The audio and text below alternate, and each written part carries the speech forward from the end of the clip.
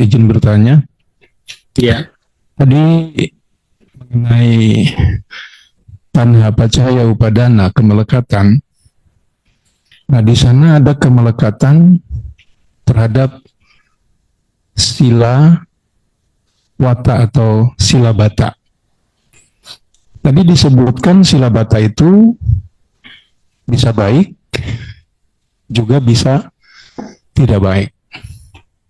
Nah, sebagaimana kita ketahui, umat Buddha itu masih banyak Bante yang masih melekat dengan tradisinya.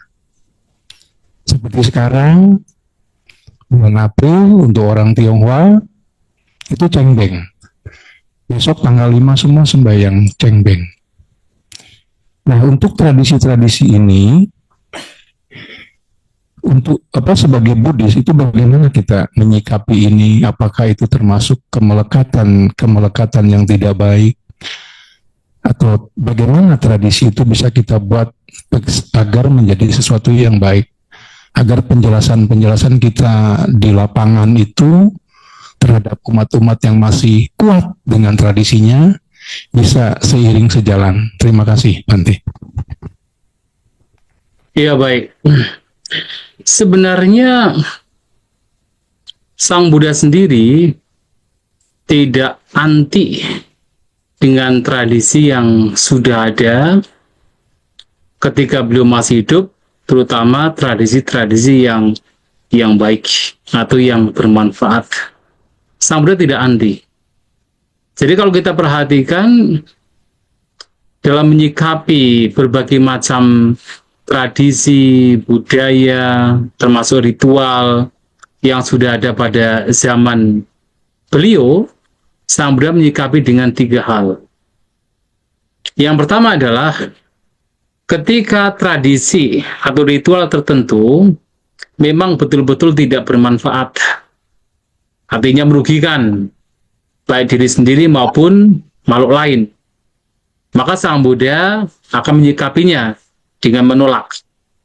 Contohnya apa? Contohnya zaman beliau sudah ada tradisi di mana mereka para bangsawan, kemudian para brahmana, mereka itu melakukan upacara kurban yang melibatkan pembunuhan makhluk hidup. Dan karena itu melibatkan pembunuhan yang sifatnya adalah merugikan, tidak hanya diri sendiri tapi juga tentunya makhluk lain, maka Sang Buddha menegaskan bahwa itu tidak baik untuk dilakukan ketika upacara tersebut ada melibatkan pembunuhan makhluk hidup. Tetapi kemudian Sang Buddha juga menyampaikan di dalam Samyutta Nikaya, ketika dalam sebuah upacara seseorang memberikan sesajian dan tidak melibatkan pembunuhan makhluk hidup, bahkan Sang Buddha masih menganjurkan. Dan tradisi seperti itu sudah ada sebenarnya, sudah ada sebelum Sang Buddha muncul, tapi masih dianjurkan. Kenapa? Itu masih bermanfaat. Termasuk salah satunya adalah Dewata Bali misalnya. Dewata Bali ini adalah memberikan sesajian kepada para dewa. Dengan cara apa? Di tempat-tempat yang dianggap sakral, seperti itu di pohon besar, di sumber mata air, atau tempat-tempat setia yang sakral. Nah, di situ masyarakat secara berkala membersihkan tempat tersebut, memberikan sesajian. Bahkan itu oleh Sang Buddha itu dianjurkan. Nah, salah satu khotbah beliau di dalam Mahaparinibbana Sutta, beliau menyampaikan ada 7 syarat kemakmuran bagi masyarakat ketika 7 hal ini dilakukan. Salah satunya adalah ketika masyarakat tersebut masih secara berkala memberikan sesajen kepada tempat-tempat yang disakralkan. Nah, kenapa bisa demikian? Karena memang di dalam kitab pemula juga dijelaskan tempat-tempat tersebut masih ada para dewa yang berdiam di sana. Ketika tempatnya dijaga dengan baik, dibersihkan dengan baik, sesajen masih diberikan, nah para dewa pun juga berbahagia. Maka kemudian mereka akan melindungi masyarakat setempat. Nah, itu tradisi yang sudah ada, tetapi karena masih ada manfaatnya, itu tidak ada masalah. Bahkan Sang Buddha masih menganjurkan. Tetapi tentu tradisi seperti ini bisa bermanfaat ketika dipahami dengan baik, tapi bisa juga menjadikan sebuah kemelekatan. Yang sebenarnya menjadi masalah bukan tradisinya, kalau itu baik. Tapi yang menjadi masalah adalah kemelekatannya. Yaitu kalau misalnya seseorang terbiasa dengan memberikan sesajian, tapi suatu saat karena kondisi situasi tertentu, sehingga dia tidak bisa melakukannya, maka dia akhirnya tidak bisa melakukan sesajian. Muncullah rasa kecewa, muncullah rasa takut, muncullah rasa bersalah, dan sebagainya. Nah, itu yang sebenarnya menjadi permasalahan. Bukan tindakannya. Kalau selama itu masih baik, itu bermanfaat, itu masih baik untuk dilakukan. Tetapi kalau sampai kemudian, jadi kata sila bata itu tidak hanya sila bata, tapi ada lanjutannya, para masa. Para masa itu seperti terdampak, seperti itu terdampak oleh sila bata dalam konteks adalah di sana muncul kemelekatan. Kemelekatan yang membawa kepada penderitaan, itu yang menjadi problem sebenarnya. Maka seperti Dewata Bali masih dianjurkan. Termasuk misalnya memberikan sesajen kepada peta, itu juga masih dianjurkan. Jadi ketika suatu saat ada seorang Brahmana datang ke Sang Buddha menyampaikan bahwa kami para Brahmana selalu melakukan sada. Sada itu adalah serada, yang kalau di Jawa kemudian menjadi nyadran. Memberikan sesajen untuk para leluhur. Apakah ada manfaatnya? Sang Buddha masih mengatakan ada manfaatnya. Maka sebenarnya tidak ada masalah selama itu dilakukan dengan pemahaman yang benar. Seperti misalnya ada tradisi cengbeng yang kemudian itu bersih-bersih kuburan, memberikan sesajian, itu masih hal yang baik. Karena di situ masih ada, yaitu ada semacam bakti anak terhadap orang tua. Ada semacam kerendahan hati anak terhadap orang tua. Masih ada membawa anak itu menjadi ada penghormatan terhadap orang tua, walaupun orang tua telah tiada. Nah, kualitas-kualitas batin yang muncul dengan melakukan cengbeng itu juga sesuatu yang baik, yang patut untuk dilakukan. Tetapi tentu harus didasarkan pada pemahaman. Maka Sang Buddha ketika tradisi yang sudah ada itu tidak bermanfaat sama sekali, memang ditolak. Tapi kemudian ada tradisi yang kemudian Sang Buddha itu memodifikasi. Ya, kalau tadi misalnya, tadi tidak bermanfaat, tapi kemudian dimodifikasi. Dimodifikasi bahwasanya kalau ada upacara tapi tidak melibatkan pembudidayaan makhluk hidup, maka bahkan para bijaksanawan itu akan menghadirinya. Dan para dewa pun juga akan berbahagia. Itu disampaikan dalam Samyutta Nikaya. Nah, jadi kalau seseorang melakukan upacara, kemudian mempersembahkan sesajian, tidak melibatkan pembudidayaan makhluk hidup, para bijaksanawan juga masih akan menghadirinya, dan bahkan para dewa juga ikut berbahagia. Artinya dimodifikasi menjadi lebih baik. Atau kemudian seperti misalnya cerita mengenai Sigalo Wada Sutta. Nah, dalam Sigalo Wada Sutta di sana ya pemuda Sigala itu menyembah 6 arah. Nah, pada waktu itu Sang Buddha melihat, dan Sang Buddha tidak kemudian dengan serta-merta langsung mengatakan, nggak usah melakukan penghormatan terhadap 6 arah, tidak ada manfaatnya, tidak ada gunanya. Tapi tidak, Sang Buddha menyampaikannya dengan cara berbeda. Belum mengatakan bahwa kami di dalam Dhamma Vinaya kami juga ada penghormatan terhadap 6 arah. Tetapi caranya berbeda. Nah, bagaimana caranya? Nah, 6 arah ini adalah simbol dari, yaitu 6 jenis masyarakat atau 6 jenis orang. Kalau arah timur itu adalah penghormatan terhadap orang tua. Seperti misalnya timur itu sebagai di mana matahari terbit. Nah, kita pun juga lahir dari orang tua, maka orang tua harus diberi yang terbaik. Kita harus melakukan kewajiban kita terhadap orang tua. Kemudian kalau arah barat itu seperti melakukan kewajibannya terhadap anak dan istri. Kalau arah timur ada melakukan kewajiban terhadap guru, terhadap teman, ya teman, sahabat yang baik. Utara itu adalah juga bahasa Pali juga utara, yang artinya tidak hanya sebagai arah utara, tapi utara juga artinya crossing, artinya itu menyeberangkan. Nah, teman yang baik itu juga menyeberangkan kita dari yang buruk menjadi baik. Maka kita harus melakukan kebajikan perbuatan yang baik untuk teman kita. Kemudian arah selatan adalah dakina, selatan itu kalau dalam bahasa Bali namanya takina. Takina juga punya arti adalah persembahan. Nah, maka selatan itu adalah penghormatan terhadap guru. Guru itu harus diberi persembahan. Kita harus melakukan kewajibannya terhadap guru kita. Takina, persembahan. Kemudian arah atas kepada guru spiritual, para pertapa, para Brahman yang kita junjung di atas. Yang bawah adalah kepada para pembantu. Melakukan kewajiban demikian adalah menghormati 6 arah. Itu artinya dimodifikasi oleh Sang Buddha. Yang tadinya tidak berguna, kemudian menjadi lebih bermanfaat. Sebenarnya agama Buddha, masyarakat Buddha juga sudah melakukan. Misalnya, mungkin kalau hanya sekedar mengikuti tradisi yang ada, ketika ada misalnya perayaan Chengtang, mungkin hanya pergi kuburan, kemudian hanya memberikan sesajian bersih-bersih, itu saja. Tapi dalam Buddhis kemudian itu dijadikan momen untuk melakukan patidana. Jadi tradisi yang ada itu masih dilakukan, tetapi kemudian dimodifikasi menjadi lebih baik, lebih bermanfaat, yaitu disertakan di sana patidana. Dan tidak hanya demikian, misalnya kita punya tradisi ada kematian, ya ada upacara kematian. Tidak hanya sekedar kita ada kematian kemudian katakan jenazahnya itu dibakar atau kemudian dikubur, hanya itu saja.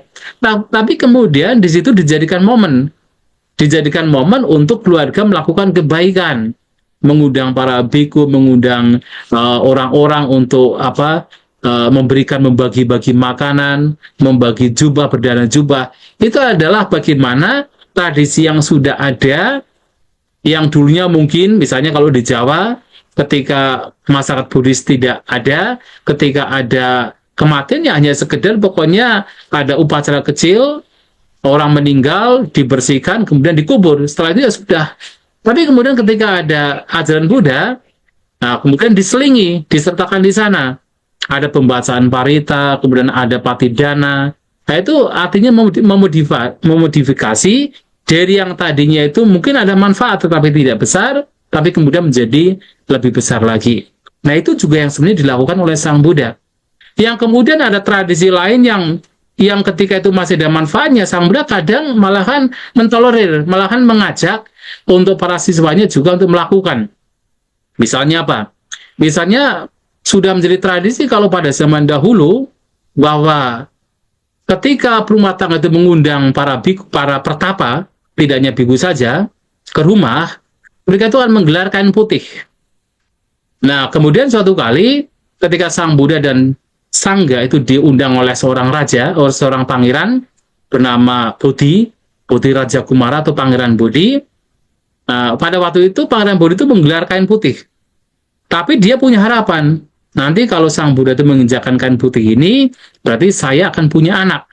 Nah, Sang Buddha tahu cara kerja pikiran dari Pangeran Bodhi ini, dan belum melihat, bahwa Pangeran Bodhi ini tidak akan punya anak dalam kehidupan sekarang, karena kejahatan di masa yang lampau. Maka beliau tidak menginjakan kakinya di kain yang putih yang sudah digelar. Itu menjadi semacam pemikiran bagi para siswanya, berarti para biku tidak boleh menginjakan kain putih. Tapi akhirnya kemudian setiap kali ada undangan dari rumah tangga, para biku tidak mau menginjakan kakinya. Itu menjadi kritikan oleh masyarakat. Nah, apa yang kemudian dikatakan Sang Buddha? Sang Buddha mengizinkan para biku untuk menginjakan menginjakan kakinya ke kain putih yang sudah digelar, karena mereka berumah tangga juga ingin mendapatkan manggala, ingin mendapatkan berkah. Nah, itu diizinkan. Kenapa? Masih ada manfaatnya. Mengapa? Karena tradisi ini adalah bentuk rumah tangga punya sadha, punya keyakinan, punya penghormatan, punya penghargaan terhadap para pertapa, termasuk kepada para biku ketika diundang sebagai bentuk penghargaan, bentuk penghormatan, ya itu kemudian menggelar kain putih. Nah, itu Sang Buddha mengizinkan. Karena masih ada manfaatnya, maka tidak masalah. Nah, demikian pula kalau kita melihat berbagai macam tradisi yang ada di masyarakat, sebenarnya selama di situ masih ada manfaatnya, itu tidak merugikan, tidak membunuh, tidak mencuri, tidak melakukan tindakan asusila, masih ada manfaatnya, itu masih oke, masih bisa ditolerir. Dan bahkan kalau sudah kembali ke ajaran Buddha, mungkin yang melakukan itu sudah paham agama Buddha, ajaran Buddha mungkin bisa dimodifikasi, disertakan di sana kebajikan-kebajikan tertentu agar tradisi yang ada juga tidak sepenuhnya ditinggalkan karena masih ada manfaatnya, tetapi kemudian dimodifikasi untuk menjadi lebih bermanfaat lagi. Dan saya melihat bahwa masyarakat Indonesia, masyarakat di berbagai negara Buddhis itu sudah melakukan berbagai tradisi lokal yang ada, yang sebelum agama Buddha muncul kayak di Indonesia, yang sudah dipraktikkan kemudian dimodifikasi menjadi lebih baik. Contohnya misalnya apa? Di Lombok. Di Lombok itu ada tradisi namanya Bedewa. Bedewa itu sebenarnya tradisi Dewata Bali. Karena apa? Mereka itu mendatangi tempat-tempat yang sakral di masyarakat mereka, di kampung mereka, misalnya ada sumber mata air. Nah, kemudian mereka di sana itu melakukan upacara, membawa makanan di sana untuk memberikan sesajian makan bersama. Nah, itu namanya Bedewa, mengunjungi para dewa. Bedewa itu berkunjung kepada para dewa. Itu sesuai dengan tradisi Buddhis sebenarnya, yang juga disampaikan oleh Sang Buddha berkenaan dengan Dewata Bali. Jadi ada 5 Bali Panca Bali. Ada 5 sesajian, salah satunya adalah Dewata Bali, sesajian kepada para dewa. Tapi kemudian tidak hanya umat Lombok itu melakukan bedewa, berkunjung kepada dewa dengan melakukan sesajian, tapi mereka juga memodifikasi dengan apa? Juga membacakan barita, kemudian melakukan patidana pelimpahan jasa, itu dilakukan. Nah, dengan demikian tradisi yang ada itu menjadi lebih baik ketika kemudian disertakan nilai-nilai Buddhis yang sudah dipahami. Nah, itu akan menjadi lebih baik. Maka sebenarnya tradisi Sang Buddha tidak secara totalitas anti terhadap tradisi, tetapi melihat mana yang bermanfaat, mana yang berguna, dan apa yang bisa dimodifikasi untuk menjadi lebih bermanfaat, lebih berguna. Ketika masih belum bisa dimodifikasi, selama itu bermanfaat, itu tidak masalah. Tidak ada, ya katakan, yang perlu dilarang. Bahkan seperti misalnya di Sri Lanka, hampir semua di wihara di Sri Lanka itu pasti ada satu bangunan yang disebut sebagai Dewalaya. Apa arti Dewalaya? Dewalaya adalah rumah para dewa. Jadi Dewa Alaya, alaya adalah rumah atau tempat. Kalau di pewayangan yang juga di dalam bahasa Jawa namanya Suroloyo. Jadi dari kata Sura Alaya, Sura juga dewa. Jadi tempat para dewa. Nah, apa yang mereka lakukan di Dewalaya jadi umat, kalau mereka itu punya hajat, punya keinginan, misalnya ingin mendapatkan rezeki, ingin mendapatkan hal-hal yang baik, mereka itu kadang pergi ke Dewalaya. Karena mereka tahu, kalau mereka berdoa di depan altar Sang Buddha tidak bisa memberikan, sudah parinibbana. Jadi ketika mereka pergi ke altar Sang Buddha, seperti di shrine atau di wihar itu adalah ada arca Buddha yang dijadikan objek penghormatan, atau di depan stupa, atau di depan pohon bodhi. Apa yang mereka lakukan? Mereka melakukan puja, kemudian baca parita, kemudian meditasi. Tetapi ketika mereka ingin mendapatkan sesuatu, mereka akan pergi ke Dewalaya. Di sana memohon kepada para dewa. Jadi memberikan sesajian, kemudian memohon kepada para dewa untuk katakan mendapatkan keselamatan sebagai contohnya. Itu yang dilakukan. Dan hal tersebut bukan hal yang salah. Bukan hal yang harus dilarang. Karena memang, bahkan kita pun ketika membacakan Etawata kan juga sama. Kita itu juga memohon kepada para dewa untuk melindungi kita. Ya, Akasata, Dewanaga, dan sebagainya itu kan memohon para Dewanaga untuk melindungi kita. Sama saja. Tapi kemudian juga harus dengan, yaitu melakukan kebajikan. Yaitu seperti contohnya adalah Dewata Bali, sesajian kepada para dewa. Itu harus dilakukan. Nah, sehingga dalam hal ini tidak ada masalah ketika itu masih didasari oleh pemahaman, pengetahuan yang benar, oleh kebijaksanaan, itu tidak menjadi hal yang perlu dilarang, itu masih bisa ditolerir, dan itu sebenarnya selama itu ada kebijaksanaan di dalamnya, itu bukan sila bata para masa. Karena sebenarnya bahkan seperti kita chanting tiap malam itu kan termasuk bagian vata sebenarnya. Vata, sila bata vata. semacam ritual tertentu yang kita lakukan. Tapi apakah kemudian seperti kita chanting tiap malam, pagi dan malam, apa itu sesuatu yang buruk? Tidak. Karena di situ ada hal yang baik pula yang bisa kita peroleh dengan kita memberikan penghormatan kepada Sang Buddha, ke altar Sang Buddha. Sang Buddha sudah parinibbana, sudah tidak kelihatan. Kenapa kita masih memasang patungnya? Kenapa kita masih memasang dupa? Kenapa kita masih memberikan bunga? Kenapa kemudian ada persembahan misalnya buah-buahan? Itu kan semacam ritual juga. Tetapi di situ ada manfaatnya. Manfaatnya adalah kita menjadi rendah hati, kita diingatkan kembali kualitas-kualitas Sang Buddha, di situ disertakan juga pembacaan parita. Itu sesuatu yang bermanfaat, sesuatu yang baik. Maka kenapa Sang Buddha kemudian bertanya, apakah semua sila bata itu baik? Bukan bertanya, apakah semua sila bata itu buruk? Tidak. Tapi apakah semua sila bata itu baik? Artinya banyak sila bata itu baik. Tapi kemudian Bhante Ananda menyampaikan, kalau itu membawa kepada berkembangnya kotoran batin, itu buruk. Tapi kalau itu membawa kepada berkurangnya kotoran batin, itu adalah baik. Dan itu yang menjadi dasar kita untuk melihat apakah tradisi, ritual itu baik atau buruk, patut dijalankan atau tidak, adalah dari apakah diselipkan di sana kebijaksanaan, pemahaman yang benar atau tidak, atau juga dari apakah itu membawa kepada kerugian atau membawa kepada manfaat. Kalau membawa kepada manfaat, itu masih baik. Tapi kalau sudah membawa kepada kerugian, itulah yang kemudian sesungguhnya itu tidak baik. Ya, kita patut untuk menolaknya. Itu yang menjadi dasar. Semoga bisa dipahami. Terima kasih, Bante.